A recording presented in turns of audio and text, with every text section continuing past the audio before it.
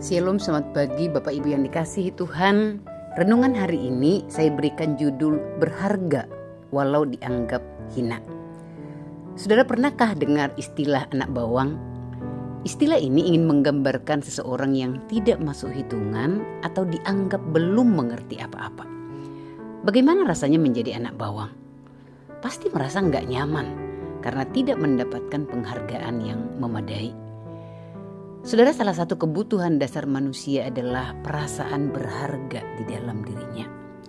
Rasa berharga membuat seseorang merasa dicintai, diterima, sehingga mampu membuatnya bertahan di dalam situasi kehidupan yang sulit sekalipun.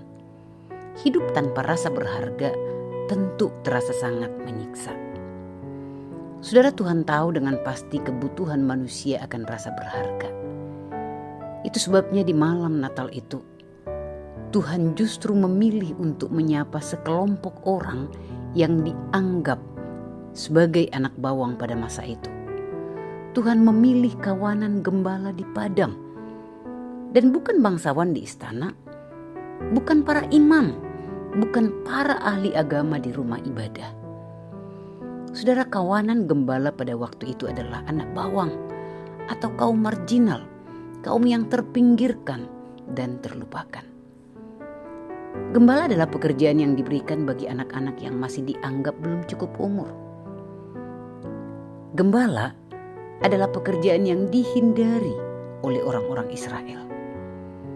Gembala bukan pekerjaan yang diinginkan, apalagi diimpikan oleh orang-orang Yahudi.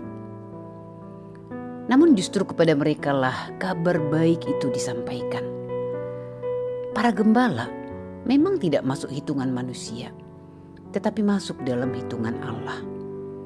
Bukan hanya masuk hitungan, tetapi para gembala juga mendapatkan undangan pertama untuk menjumpai Yesus di kota Daud.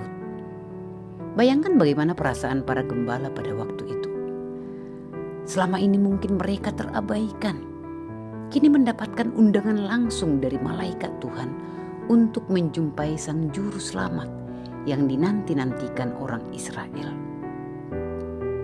Maka tidak heran apabila Alkitab mencatat bahwa setelah perjumpaan dengan bayi Yesus dikatakan, maka kembalilah gembala-gembala itu sambil memuji dan memuliakan Allah, karena segala sesuatu yang mereka dengar dan mereka lihat semuanya sesuai dengan apa yang telah dikatakan kepada mereka. Ada sukacita yang luar biasa. Mereka masuk dalam hitungan Allah. Mereka benar-benar menjumpai Yesus di palungan. Maka mereka pulang sambil memuji dan memuliakan Allah. Allah memandang mereka berharga. Mereka bukan anak bawang di mata Allah, tetapi dipandang sebagai anak-anak yang berharga. Saudara, inilah sukacita Natal yang terpenting. Tidak ada manusia yang jadi anak bawang di mata Tuhan. Semua diundangnya menjadi anak-anaknya.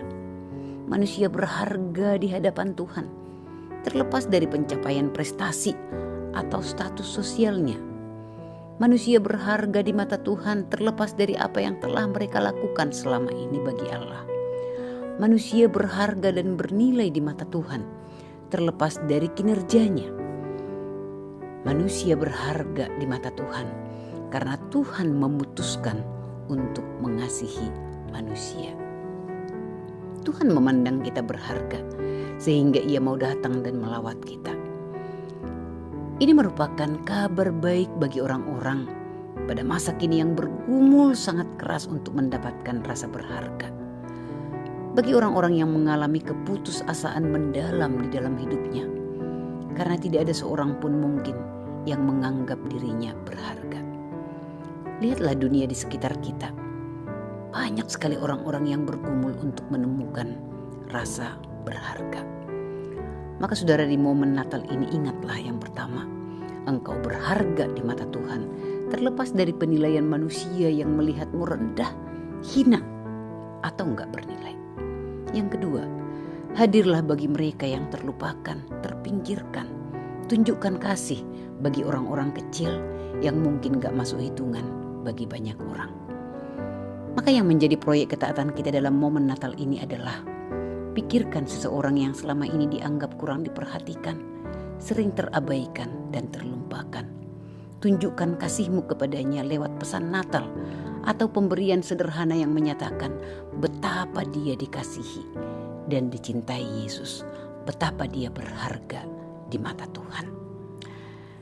Selamat Hari Natal, Tuhan Yesus memberkati.